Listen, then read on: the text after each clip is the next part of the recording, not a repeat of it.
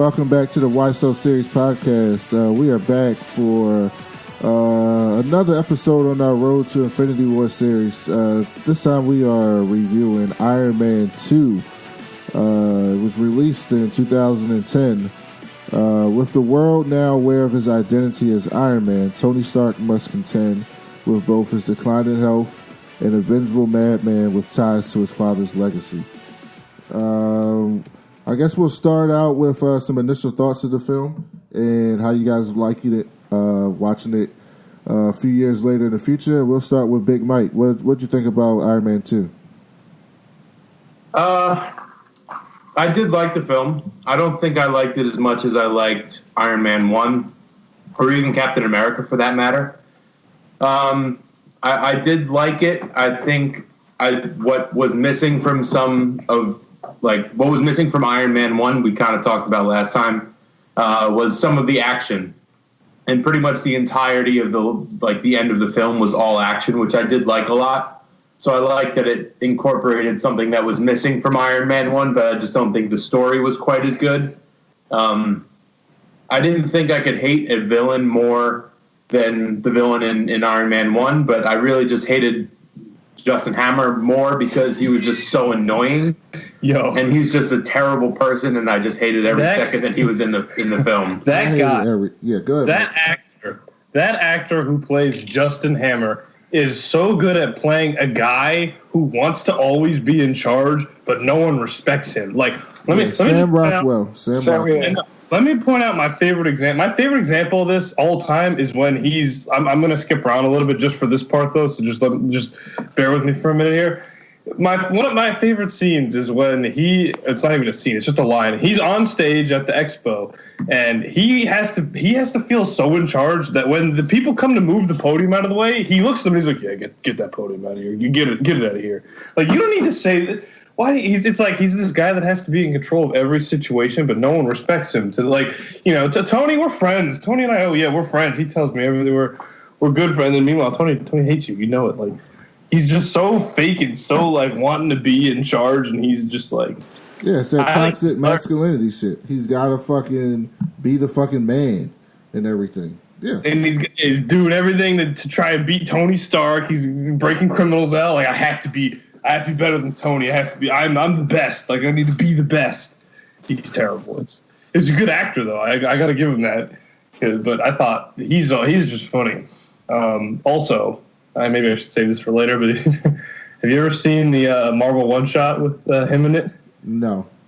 There's a Marvel one shot where he's it's. I should really save this for Iron Man 3, so I won't talk about the Iron Man 3 parts in the one shot. But in the Marvel one shot that's for Iron Man 3, you see it's mostly focused on the Mandarin in jail. But there's a scene where you see Hammer in jail, and he pretty much is he has a prison bitch, and it's kind of insinuating that they do a lot of interesting things together. So I thought that was hilarious. But yeah, sorry, that's my tangent on Justin Hammer. I think he's funny and just really just so desperate for control and power. Devin, what do you think about the film? I definitely love that revisiting where we're at. We're in 2011, right? 10 or 2010. Okay, the technology in the movie looks great. The special effects are great. Robert Downey Jr. becomes more fucking Iron Man, and he embodies it so much. He's so good. I just want to be like Iron Man in this movie. I want to be Tony Stark in this movie. From the fact that he's changing the world the way he wanted to change the world. He's dying, and he's still out here trying to be Iron Man and not telling anybody. That's pretty cool. Don Cheadle as War Machine is fucking great because he plays so that much better position. Than Terrence Howard. So much better. The chemistry between Gwyneth Paltrow and Robert Downey Jr. is still magnificent in this movie. The car scene in the fucking Monte Carlo is fucking dope. Only thing I really just hate about this movie is fucking Mickey Rourke and whoever the fuck he was supposed to be. Vanko. Every time I fucking see that, I think about Wolverine and Omega Red, and it fucking makes me hate this movie even more. because that's what I feel like this movie is. In the comic books, his name is Whiplash, but Ivan Franco. And I just didn't care for him. I love Justin Hammer. I just fucking love everything about him, and like his little kid brother or Let Me Be Down with the Crew vibe. I fucking love that shit about him. And then he's just trying to get on, man. He's just trying to be on top, and so I fuck with that part of it. But yeah, the movie, it was good. I enjoyed it. I don't know if I like it more than Iron Man 1, but it's an enjoyable film. Mike, your initial thoughts? I love Iron Man movies. It's not as good as the first one. I agree with everyone. But I also think this movie got kind of a bad rap, or at least a worse rap than it deserved. Because even like rewatching it, when I'm rewatching these movies for our Road to Infinity War episodes, I'm really looking for the flaws. I'm really looking for things to talk about. And like, there are a few in all the movies, but I think it got definitely a worse rap than it deserves. I've heard people say this is one of the worst movies the MCU has, or they put out. I don't agree with that. Here's the thing. It probably is one of their worst movies, but that just tells you the level of films that they're putting out. Yeah, well, by comparison, maybe it is, but I don't think if it's the worst film, if it's one of the worst films they put out, I don't think it's a bad film. No, I think it's still a good film, and like Mickey Rourke's a terrible person in real life, and I think that's why he plays a good villain, because he's not that he could run around and do that in real life, but he's a pretty shitty person in real life. I think he has I don't know if you guys know much about him. I think he has counts like domestic violence and everything. He's one of those guys. Mm-hmm. But I like the film, and this movie, one of my favorite things with the first one, it shows you a lot of the process, and this movie, you see that again, and I love seeing that in an Iron Man movie, with the suitcase suit, they every detail. If you watch that scene in slow motion, you can see it kind of makes sense how that fits in there, the way he folds it up, and those are the things I love to see in an Iron Man. So those are my thoughts. Yeah, I enjoyed the film. I had some issues here and there with the plot, especially in regards to the government and what their goal was and why they were upset at Tony. That didn't make complete sense to me. Yeah. But overall, I enjoyed the film, and I was going to say that this is pretty widely regarded as one of the worst MCU movies, but it's not a bad film, which should tell you that the Marvel and Kevin Feige and the rest of the MCU team has pretty much nailed this universe. When this film is considered one of your worst films, if you compare that to the DCEU, and you have films like BVS and Suicide Squad and Green Lantern, which was, a lot of people forget, was supposed to kick off the DCEU, those films don't compare to this film. So if this is one of the worst that you can get, I think we are in great shape with the MCU and how the level of films that they're producing and putting out for these characters that we love. So the movie starts out with basically, the big scene to start out is them in this hearing, the Senate hearing, and this is what I didn't understand. So Senator Stern is basically these other nations could possibly get the suit, so you need to give us the suit. And I couldn't understand the correlation between him turning in the suit to the government and somehow that stopping other nations from wanting to replicate and develop an Iron Man suit. I just didn't understand it. Anybody else get that part and why that happened? I mean, I feel like this is kind of an excuse they're making because they want the suit in general. Yeah, but they could have just said that. They could have just been we need this suit as a matter of... But you can't bring that to the Senate. You can't bring that to the Senate either. Yes, you can. Yeah, you can. You can't say, I want that because I want it. Yes, you can. You can say, this is a matter of national security. You have but then you don't need a hearing for that. Tony Stark, though. Not when you're against... You have a weapon that you develop... Because here's the thing. You think about Tony Stark as a person. At the time, he's still in charge of a company. He's a CEO of a company. So basically, they're saying that this company, is operating, producing weapons that are a matter of national security that can affect... is essentially the equivalent of a nuclear bomb, is what they said in the hearing. And that we need to have a hearing on if this is something that should be made in the private industry or should it be oversaw by the government.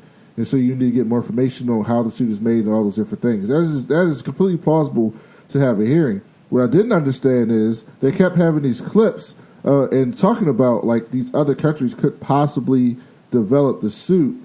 And I'm like, yes, I get that part too. As the government, I would want to be afraid that some of our enemies in the world would want to create this Iron Man suit and attack us with it, or equip their military with it.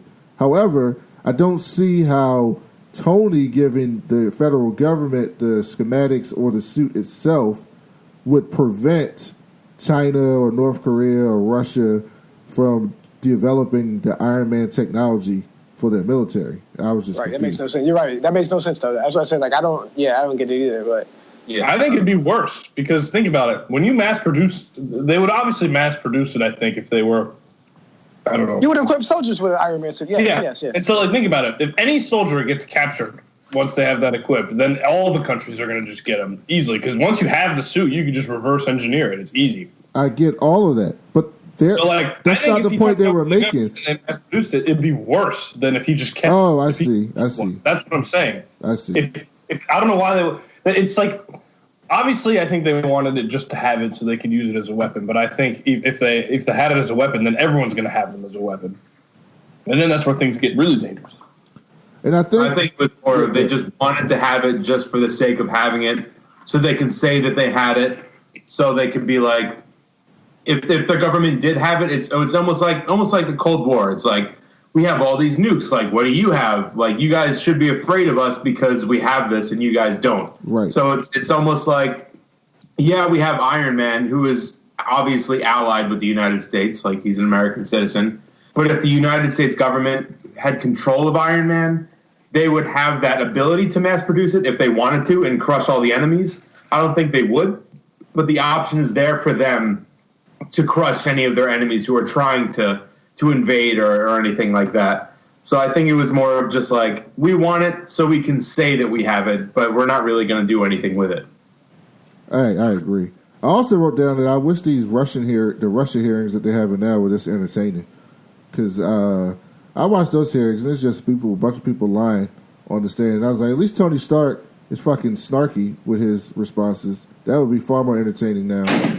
If people in politics were going on the hearings and acting like that. So then we also meet Ivan Vanko, and we kind of see him with his dad, and he's like, you should have been Tony Stark. And so the whole film, I'm trying to figure out, like, what's his motivation?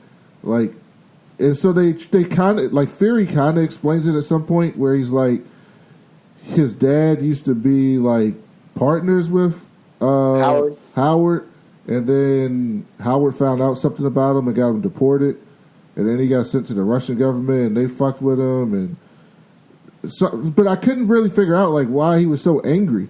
Did you guys pick that part up too? Yeah, I mean, I get everything you're saying. I just don't get why that's a thing. Like, I don't know. Like, I don't get why he was mad for his dad. I guess not to get the recognition he had, or I don't know if he's fighting his dad's fight. I don't really know. Like, it was just weird. I mean, not really. Also, well, if you trace it back and you skip ahead to the scene where Nick Fury is explaining it to Tony, he's like, basically your dad and Anton Vanko, his dad, teamed up to do this reactor thing, and then he just makes this comment where he's like, Anton saw it as a way to get rich, while your father saw it as a way to help the world. And when your father found out, he kicked him out and had him deported. So that was one of my complaints with the movie, because it's like, what do you mean he saw it as a way to get rich? Do you mean he's like going to sell it to other countries? Do you mean he's just going to get rich? Because like Howard's going to get rich too. Yeah, Howard did get rich. Yeah.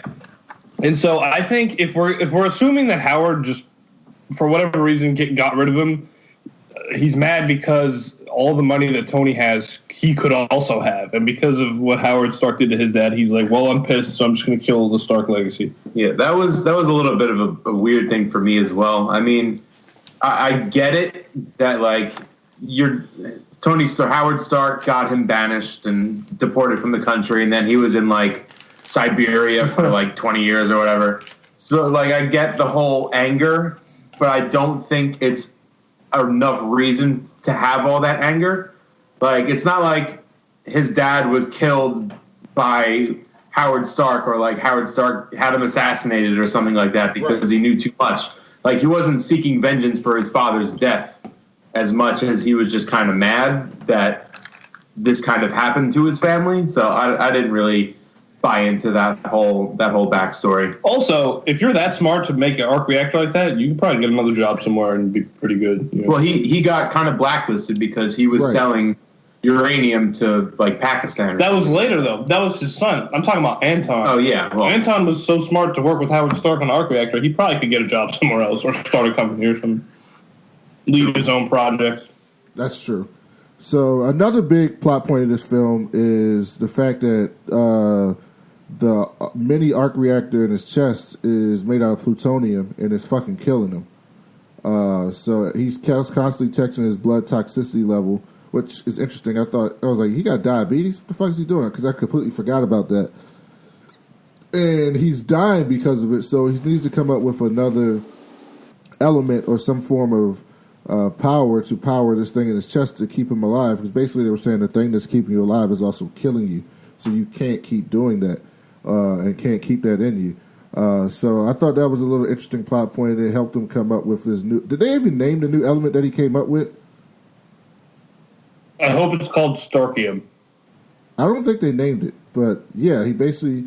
At some point, he comes up with a new element based on like some hidden schematics that his father hid, and he creates this new element. But we also get our first appearance of Natasha Romanoff, Black Widow. And first off, like, Scarlett Johansson is ridiculously fine. She can get it every day. She is ridiculous. Drinking that bath water, all the nasty macho things we could say. Oh God. Yeah, she is absurdly beautiful. But I thought she was like one of the best parts of this film because the whole movie. Oh my God. She was completely credible as being like this lawyer, like kind of willing to do whatever it takes for the boss, but still knows her shit type person. And overqualified for a job, definitely. Like, she's overqualified. Yeah. But it's perfect to be overqualified and work for Stark Industries, to be working with Tony and knowing how demanding Tony is and all the things Tony needs. So she felt right in line, right behind Pepper. Like, it's so crazy. Yeah, and it's a great way to introduce her as a... Yeah, go ahead, Big Mike. That's what kind of... Like, watching it the first time, and especially rewatching it this time, obviously I know who she is. Like, I've seen the other movies. I know that she's Black Widow and everything. So I don't know if it kind of... Obviously, I was, like... I knew about it, but it was just like, what is this girl's deal? Why would they put this random person in the movie? Like, where does she really fit in this movie? Like, why would they go out of their way to introduce this new kind of a major character out of nowhere for no reason? Like, is it someone that's trying to undermine Pepper and take control of the company, or is it just someone who's there? Like, I didn't really get why she was there. Later. Well, yeah, but Fury explains that they knew he was sick and that she was there to watch him and see what he does. Yeah, but that's exactly my point. Like, watching it was like, this lady is in here for a reason. Like, she's not just kind of here to be in the background. Like, she plays a bigger role than she's letting on. Right. And it's to show of how great a spy she is. Like, to introduce the Black Widow character, the biggest part of her character is that she's a badass and she's an unbelievable spy and can fit in so many situations.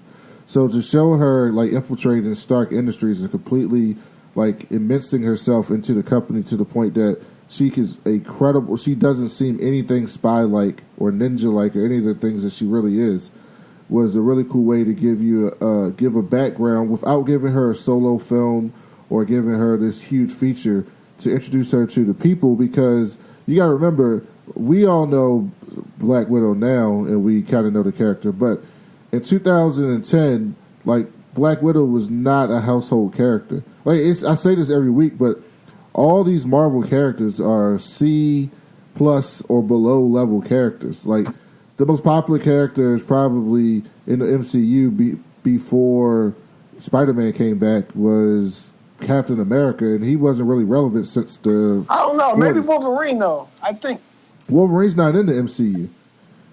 He's not a Marvel character. Okay, my fault. Okay. The MCU, the characters that they could work with and make these movies from, I mean, maybe the Incredible Hulk because he had a TV show in the 70s, but None of these are like A-level characters. So, and Black Widow is definitely not an A-level character. So she's getting a movie now. Well, they haven't announced it yet.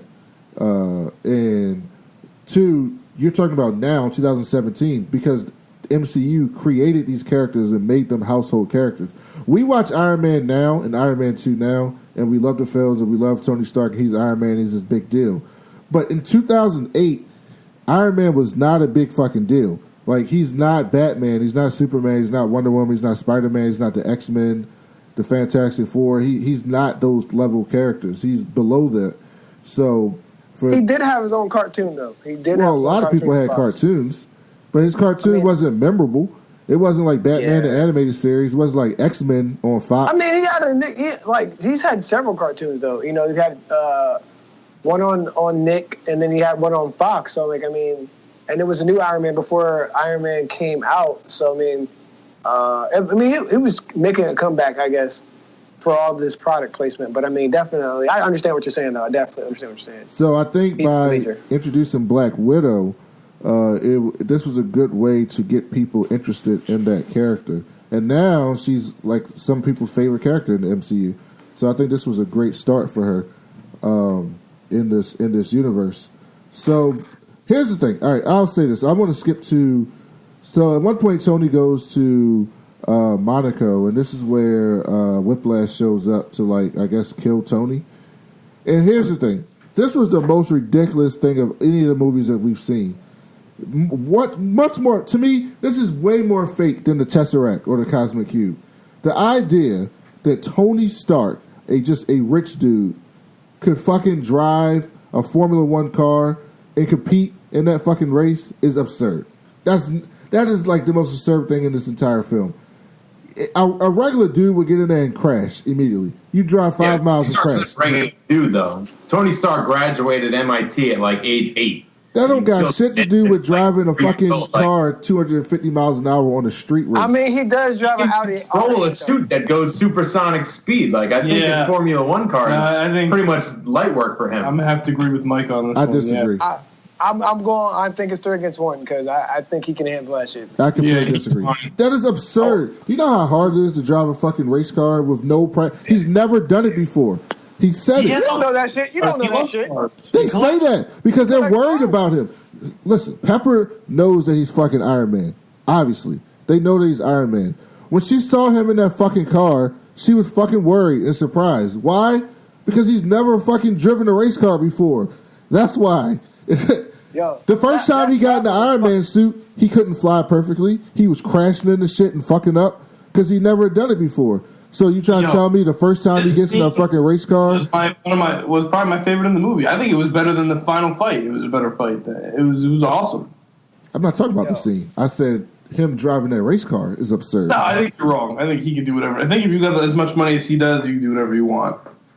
My man was salty. The Stark Industry guy the Stark Industry driver. He was fucking salty as shit. I love that joint. Probably because he lost a ton of money. So let me get this straight. I'm not getting off of this. So there's some really smart fucking people in this world right now. There's Air Force fighter pilots and all types of people who can do ridiculous shit. You try to tell me if I take the best pilot in the Air Force and I stick him in a fucking Formula One car, he's going to fucking drive and compete with the fucking pros? Absolutely not. That's absurd. Yeah, but that's not Tony Stark. That is Tony Stark. He's a genius. Fucking Tony Stark, if you're the best pilot in the world, doesn't mean you're Tony Stark and you can do all things. Tony Stark's probably calculating speed and velocity and turns and angles and all that stuff while he's driving. Also, something I want to bring up. Let's think about the reason of why he wanted to do this. He knew he was gonna die, so he was like, "If I die, I don't care. At least I go out this way instead of in a hospital bed." That's why he did it. I guess. Pretty ballsy. So even if he didn't know how to drive a race car at all, he did it because he knew he was going to die. No. My point is not that he would do it. I get that. My point is that he was so good that he was so fucking good at it. That's my point. That's the fantastical aspect of it. That's absurd. But anyway, Big Mike, what'd you think about this scene when Whiplash showed up and started fucking up those cars? First seeing that, I was kind of blown away. Like, just the fact that this dude, I mean, obviously you see a lot of parallels with him and Tony Stark with just how smart he is and how he can build this insane contraption. Like, basically, I mean, Tony Stark did it in a cave. This dude did it in like a dumpy apartment in Russia. So, like, obviously they're pretty on point in terms of intelligence. But the fact that this dude could just like cut cars in half just by swinging this whip around, this like electric whip around, was kind of insane to me. So I thought it was really cool. Yeah, this scene to me was better than the final fight. I thought the final fight was really underwhelming and lacking. This fight was awesome. He pulled a General Grievous move there at some point, you know, with the like when he's advancing and he's like whipping, you know, his whips around and doing. Yeah, that was cool. Yeah, it was a cool fight, and then the suitcase suit comes up, and I was like, "That's awesome." And it was real because he saw the danger with the fucking gasoline and shit, and he knew to get out the way. Like it was the realism of the fight scene and the intensity, and like damn, he got blindsided, and now it's a fight. And like my thing is, did Whiplash only come out there because Tony got in the car, or was he just trying to fuck some shit up and get some attention? Like, I never really got it clear. I think he wanted to lure Tony to him, and I don't think regardless of whether or not he got in the car, I think he was just going to attack the thing knowing that he would be at the event. And I think, I mean, I don't think he did it with the intention to kill him. I think maybe if he killed him, great. If not, he said later, he was like, I just wanted to hurt you so people knew you weren't invincible. Like, that line, which is one of my favorite lines that in the movie, I don't know if this is like an original quote from this movie or if it comes from somewhere else. I feel like it probably comes from somewhere else. But he was like, if you could make God bleed, people would cease to believe in him. And I think that's that just fits so well with the plot and the flow of the movie. So I think that's why he went out there and did it. I think he just kind of wanted to stir up some attention and lure Tony out no matter what, and then see what happens. And then Iron Man beats him and he gets taken to jail. And Tony talks to him and he says that line that Mike just said. And then Justin Hammer basically breaks him out. And Justin Hammer's whole point was, I want to break you out so you can come make these suits for me so I can go show them off at Tony Stark's expo to show them up. Like, what? Like, how fragile is your masculinity that you need to fucking make a suit to show up Tony Stark at his thing? You didn't want to kill Tony Stark. You didn't want to fuck up the world.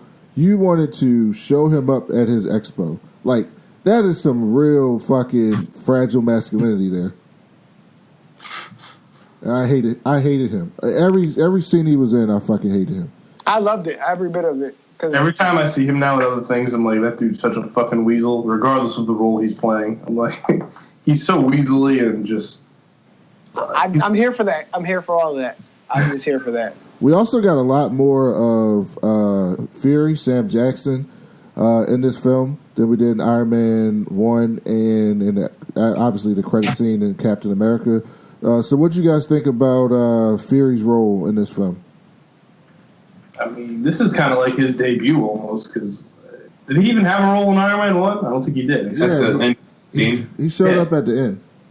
Yeah. No, I consider this probably his debut scene, and it was, I mean, you gotta love Nick Fury, the guy who knows everything, in control of everything. And I think he knew that, like, the secrets of Howard Stark about the secret element and everything, and I just think he wanted to, I mean, he's the director of S.H.I.E.L.D. Why wouldn't he know? Yeah, and he's just... But I think it's great that it's just a testament to how good of a leader and a character he is that he didn't, like... He could have taken that and made millions off it, but he's all about the defense and the protection of the world. Like, Again, he's the director of S.H.I.E.L.D. Why would he do any of that? I'm just saying. I'm not saying he would. I'm just saying, there are a lot of other characters that would do that. You're like literally saying James Bond knows all this stuff, and James Bond is James Bond because he wouldn't do it for profit. Yeah, but take away what you already know when you're watching this movie.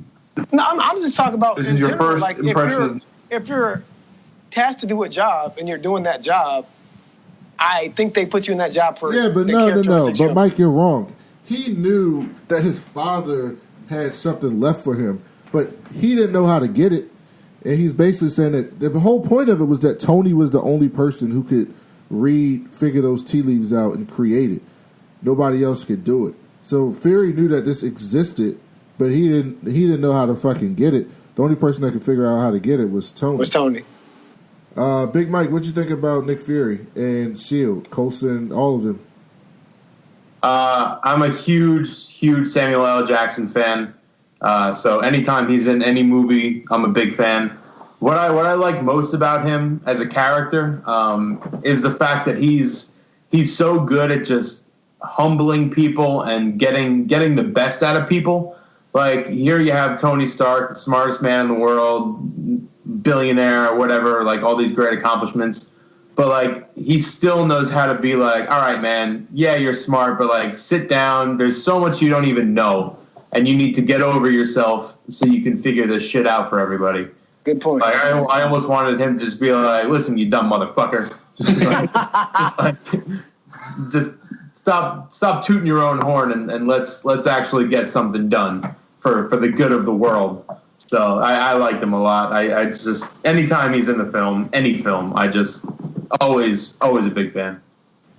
Yeah, and I think they did a good job of giving you a better idea of exactly what S.H.I.E.L.D. is. They didn't tell you exactly what it is, but they kind of gave you this premise that it's this spy organization and that they have this larger thing at play, and they're possibly recruiting people for this bigger problem that's coming.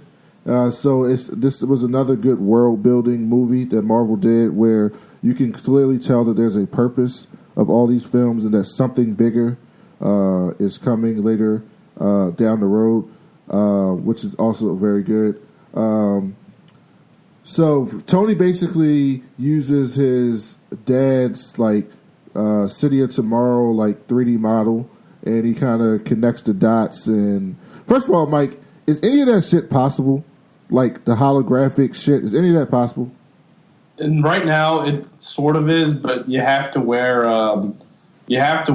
goggles. There's a company though that makes them for performances. Like, you could go see Michael Jackson in concert and like deceased celebrities, and they use holograms to do it. I don't know how they're doing it, but they're doing it. So like, yes, but I know that, but can you do like touch the holograms and move them and throw them and expand them with your hands? Like, is that possible? You can with the goggles.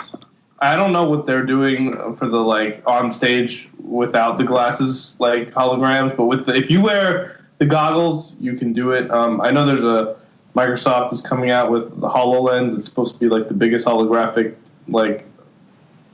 push ever, and you could like do a whole bunch. You could do like 3D modeling on it. You could manipulate. There's a whole bunch of videos that I could show them to you at some point. But yeah, so it's possible, sort of. And I think I think in the future, like, it's gonna get to the point where you don't need goggles. So like, I'll say it's possible with additional hardware, and I think it's gonna be more possible. I don't know how the on-stage performances are doing it though. I'd have to look into that. Yeah. So basically, he uses this and he creates this new element which will power his reactor, and it seems to be safe, at least as far as we know now. That it stopped fucking poisoning him, and he ends up going. So basically, the expo happens, and Vanko tricked Justin Hammer because he's a moron, and he took control of his suit. Oh, I forgot. There was a big fight between Iron Man and Rhodey, and that's basically how we get War Machine. And I thought that was kind of cool, but I didn't know why Rhodey was so pissed. It looked like he was just like, basically Tony was fucked up because he thinks he's about to die on his birthday, and he's like shooting shit and being stupid in the Iron Man suit. So Rhodey shows up, he takes one of his suits and fucks him up and flies away with it.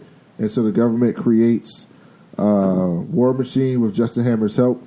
But Vanko basically takes control of all those suits remotely and has them to like go and kill Iron Man. So you alluded to the last fight scene, Mike. What'd you think about this last fight sequence and the lead up to it? The lead up to it was better than the actual fight scene. Like, the drones were cool, and like, you watch this scene with the drones, and you're like, all right, you know that he's coming though. You know Whiplash is coming back. And I thought the Whiplash part was really underwhelming and kind of boring.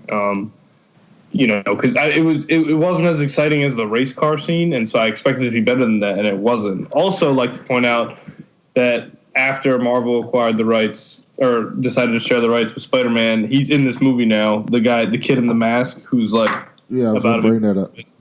Yeah, so that's Peter Parker. They said, which is cool. But as for the last fight, yeah, it was kind of underwhelming. It was okay. It was fine. But I would have liked it to be better than like what it was. Big Mike, what'd you think about that finals fight scene? Yeah, I'm kind of in agreement with Mike. Before I get to that, I kind of just wanted to touch on like the whole discovering the new element thing. Yeah, that was honestly like probably one of my least favorite parts of the movie, just because that just felt so forced. It was like, I mean, I get the whole point of Tony Stark being poisoned, like that kind of sets up the rest of the movie and the mentality that he's in for the entire movie. But like the fact that he can just, let's get rid of the trees and all the other random shit. It's like, oh, boom, we have another element. Like we have a new atom. Like it didn't really make any sense to me. I don't think they explained it very well, or at least I didn't really understand it. So that it just seemed really forced. It didn't seem like they were really trying really hard to try and get me to understand what he was going through. And even like when he was creating that element, it was just like, oh, I'm going to build this thing and shoot a little laser at it, and look at that, we got a new thing. And that was really it. Like it wasn't very well explained to me, and I didn't like it at all. But in terms of the last fight scene, I liked it a lot. I liked the fact that I feel like there was a better sense of action than in Iron Man 1, whereas the first Iron Man, it was just kind of these two robots kicking the shit out of each other. This one had a lot more depth to it, I want to say, just because of the complexity of it. But I agree with Mike. Like the Whiplash scene was just like, it was underwhelming in comparison to the race car scene at the beginning of the movie.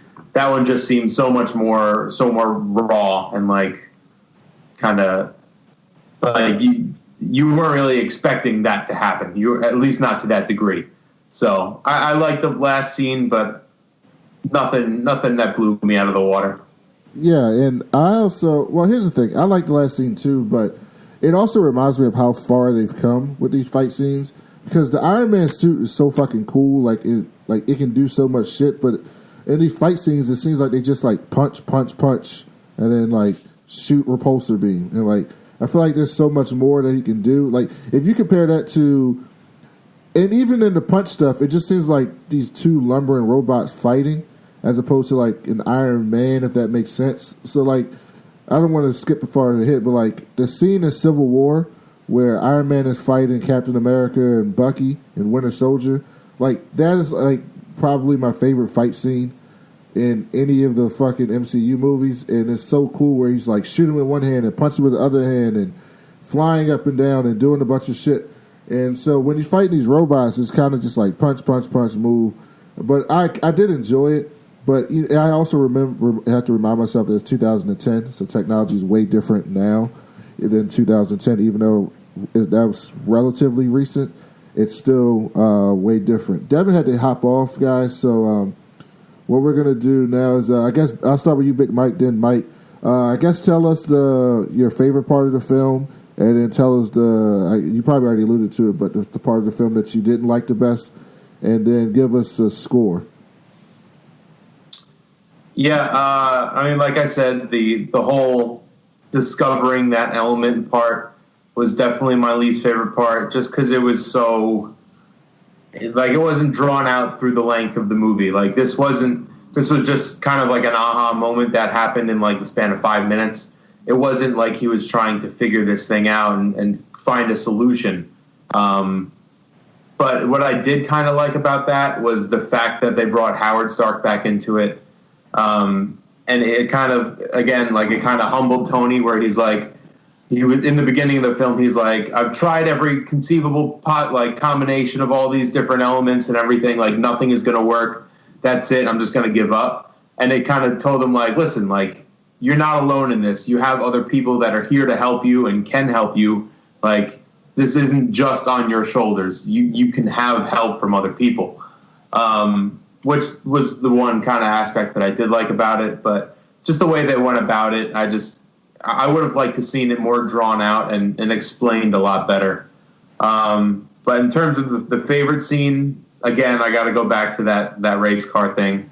It just kind of it was a good testament to who Tony Stark is, especially in the mindset that he was at, like pretty much the whole movie, where he was like, I don't give a shit. I'm gonna die. I'm just gonna do whatever's cool and keep up appearances. I'm gonna take over this race car and race it, and then I'm gonna kick the shit out of this bad guy.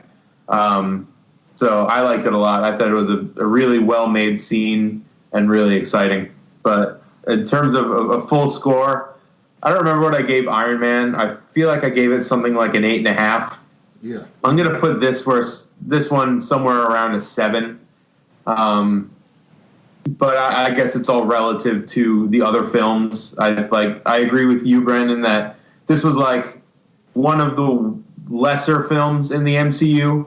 But by no means is it a bad film, but it's just not even close to my favorite. For me, obviously the race car scene was my favorite, but since Mike already said that, one of my other favorite scenes, which we didn't talk about at all, was actually the moment that Tony is sitting. He's sitting in that car. He's like going through the notes, going through Fury's chest, and he's like playing old film reels, and it's just like his dad doing different takes of the welcome intro or whatever. And then he comes across that personal video to him, and I think that was a really cool moment, especially for the character of Tony Stark to see. And I think it was probably the big moment of change for him in the movie. He saw this and he's like, all right, like maybe I can do this. Like I'm gonna fix this right now. Least favorite part would probably be I liked the element thing, but what I didn't like about it is that one of my favorite things that I've said about the Iron Man movies is you see the process for everything. You saw him build the suit in the first one. You saw like the intricacies of his new suits going forward in this movie and in other movies. But with this, there was no process. He just kind of like did it, and it was weird. Hey guys, I'm back. I'm sorry, I'm back. Yeah, no problem. And so the lack of process with the creation of the element was kind of annoying. I'll agree with Mike, because I like to see and I like to explain. I like them to explain all these things because it makes it more believable. It makes it more real. It makes me feel like and this is just like a totally ridiculous thought, but it makes me feel like if I work hard and study hard, then these things could be possible one day, which is a cool thought to have. And so that sort of I didn't get that same feeling with the elemental creation scene.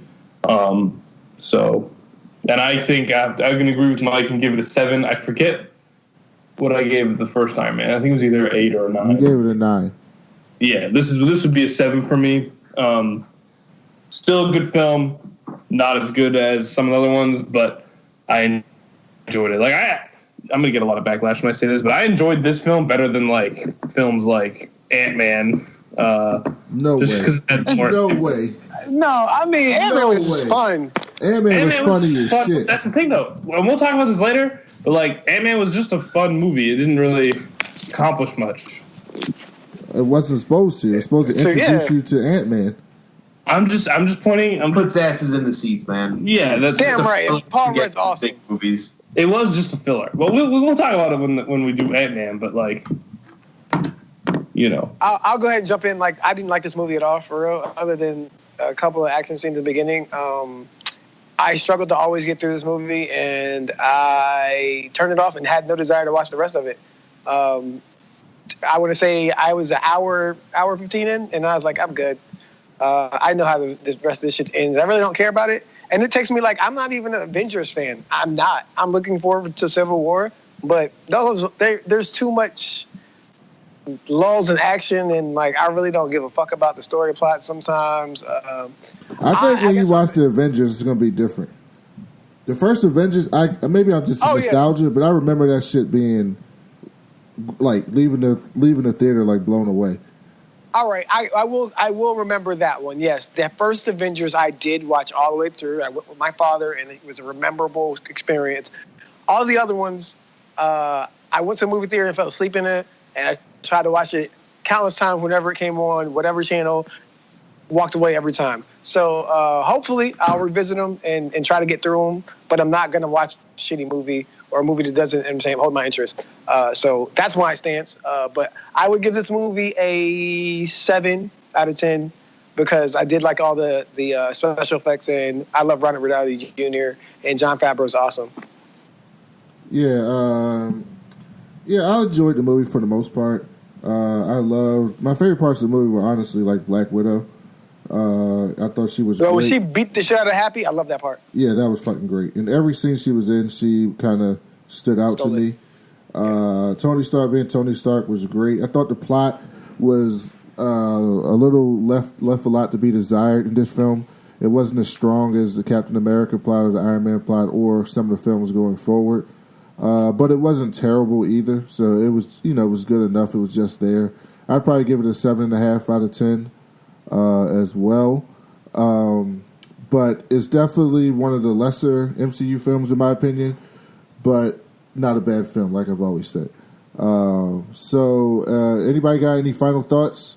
What do you guys think about the after credit scene? Did you watch it? Yeah, I watched it. It's the scene with the hammer. Yeah. And Coulson. So, I mean, that was. I remember in the theater. I was excited for it. Like I was like, oh, that's dope. That's dope. But no, I didn't have. I wasn't blown away by it, and I didn't watch it the second time, so I don't have an experience about the second time I saw it. Watching the post-credit scene now, I feel like the post-credit scene's got a lot more more bigger. You know what I mean? Yeah, they did. I feel longer. They're longer too. Yeah. Yeah, they're longer and way more meaningful going forward. This was just kind of look, it's Thor, he's coming, and you're like, oh, that's awesome, cool. Yeah, because this movie was building the universe. 3 post-credit scenes. Guardians of the Galaxy 2 had 3 or 4. Yeah. All right. So the next film that we will be doing next week is Incredible Hulk. This one I actually don't remember fondly at all.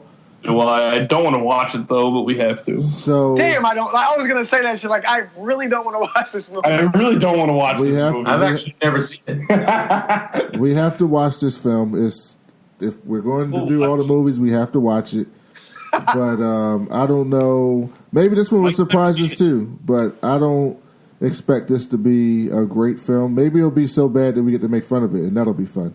It'll be a short podcast, I'm sure. But Incredible for all our people, all our listeners, we're doing this just for you because we are committed to the cause. Yeah, nobody care about you guys out there. For the love of the game, Hulk is just someone. I don't remember where I heard this from. I heard someone talking about it. May have been Brandon actually. I think it was Brandon. Where he was talking about Wolverine, and he was like, Wolverine's kind of boring because nothing can happen to him, so you never worry about him, and it makes the movie boring. And I feel that way with Hulk. What are you going to do to Hulk? He can take a missile to the chest and be fine. He can take a planet to the chest and he'll be fine. So it's just boring to watch because you never get attached to the character emotionally. But we'll watch it. This is next week. Mike's. This is going to be his first viewing review. First view. So what's funny? Incredible Hulk has a higher audience rating than Iron Man 2. I disagree with that one. I know he's just looking at stats. He's looking at stats. So I disagree. The people think that the Incredible Hulk is better than Iron Man 2. I will say I liked Edward Norton. He was cool, but he's a great actor. But yeah, I would have I wouldn't have been upset if he stayed around. No, Mark Ruffalo is definitely. I think the Hulk. I'm just saying we'll see. We'll talk about it when we do the Hulk. Yeah, we could take a poll on that, but I think we're all going to be Ruffalo over Norton. We'll take it. Maybe I'll change my mind after I see it. I agree. Okay, so that's going to do it for us on this episode of Road to Infinity War with Iron Man 2.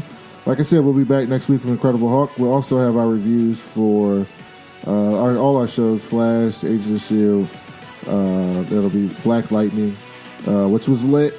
We'll be back next week. We'll also be doing Black Panther history episode probably in the first week of February before the film comes out. So make sure you subscribe to us on iTunes, Stitcher, Google Play, TuneIn, all the same places. Share our podcast, please. Helps us a lot. for Growing Podcast, and we'll be back soon. Thanks.